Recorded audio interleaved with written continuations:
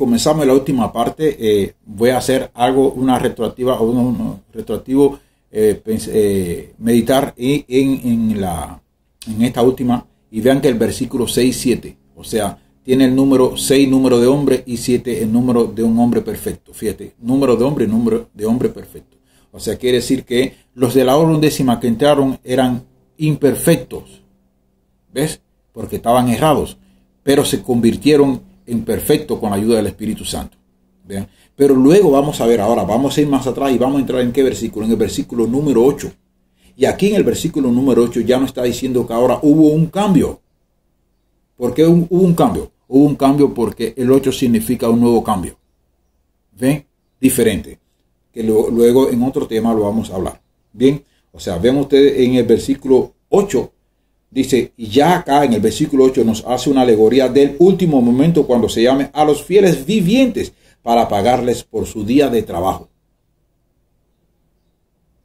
Y comenzará a pagarles a los que han de ser sellados en vida, primeramente.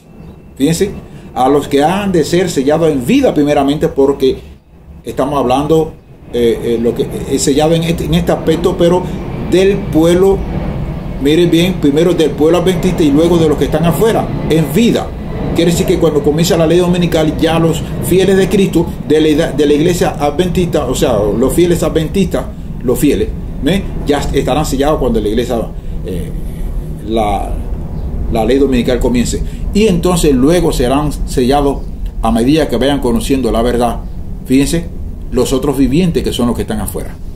O sea, el sellamiento tiene dos fases. Primero los que conocen la verdad, que se prepararon, y luego los que no se han preparado, que son los fieles.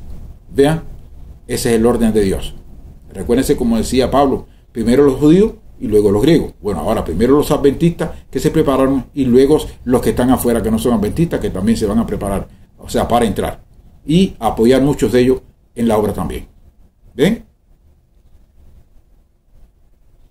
Por eso dice, y comenzará a pagarles a los que han de ser sellados, o sea, en vida primeramente, el orden que les di, luego a los que fueron primeros. Miren bien, luego a los que fueron primeros y ya no están. ¿Ves?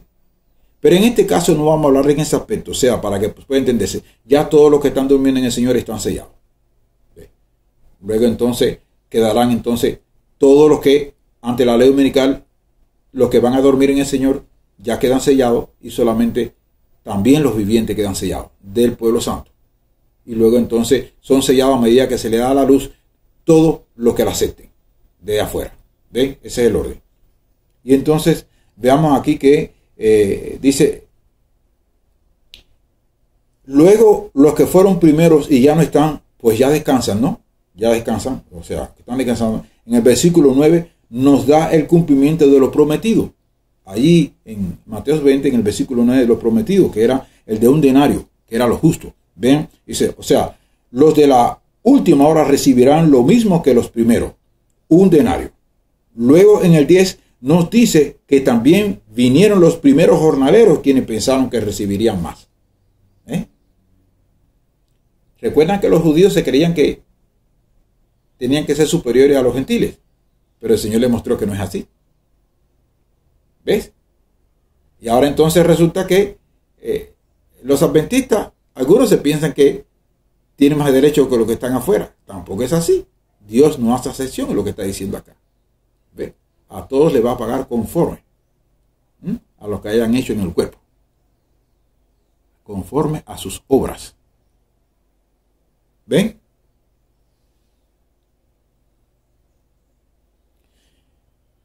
Entonces todos vieron los primeros que todos recibieron lo mismo, hasta que sus murmuraciones por la inconformidad saltaron a la luz, salieron a la luz. Dijeron, estos últimos han trabajado una hora, menos tiempo que nosotros, los del principio, y los has hecho igual a nosotros, que hemos soportado la carga y el calor del día. Según está esto en el versículo 11 y 12. Recordemos ya lo que le dijimos a los judíos y los gentiles. ¿Ven? Pero no se nos olvide que Dios no hace excepción. Todos tenemos que pasar por una prueba similar. Dice, O sea, recordemos a los judíos cuando se creían mejores que los samaritanos u otros pueblos, pues eran presuntuosos, o sea, hacían acepción de personas. ¿Se acuerdan de la samaritana, lo que dijo a Cristo? No, porque ellos no se reúnen con nosotros, los judíos con nosotros, los samaritanos. Pero yo los invito a que vayan a la siguiente cita, Juan 4, del 1 al 26, y especifiquen del 7 al 10, el versículo 7 al 10. También vayan a Lucas 18, 9 al 14. Fíjense bien, 9 al 14, pero más específicamente concéntrense en el 11. Vean, también a Hechos 10, del 1 al 48, y concéntrense en el 9 al 36. Bien, para que puedan tener una mejor visión. Pero, vuelvo y repito, como el Señor no hace diferencia, dio a los primeros como convino con ellos, conforme a los últimos que llegaron diciéndole a uno de ellos, soy justo y te doy lo que acordamos, le dijo el Señor. Tómalo, como dicen, disfruta. Y ya vete tranquilo. Pues yo quiero dar a este igual que a ti. ¿Acaso no soy justo al hacer lo que quiero con lo mío? ¿O tienes tú envidia de que yo sea bueno?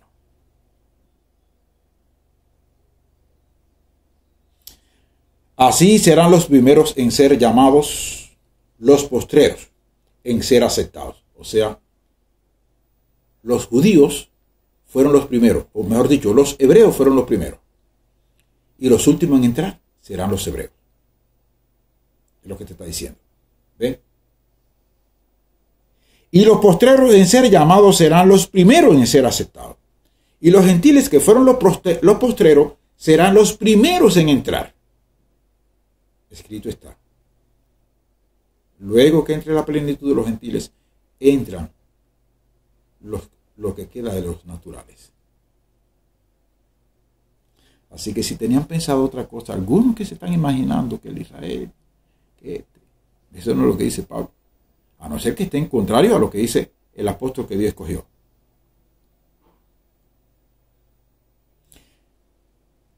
Vean ustedes, porque dice aquí en la escritura,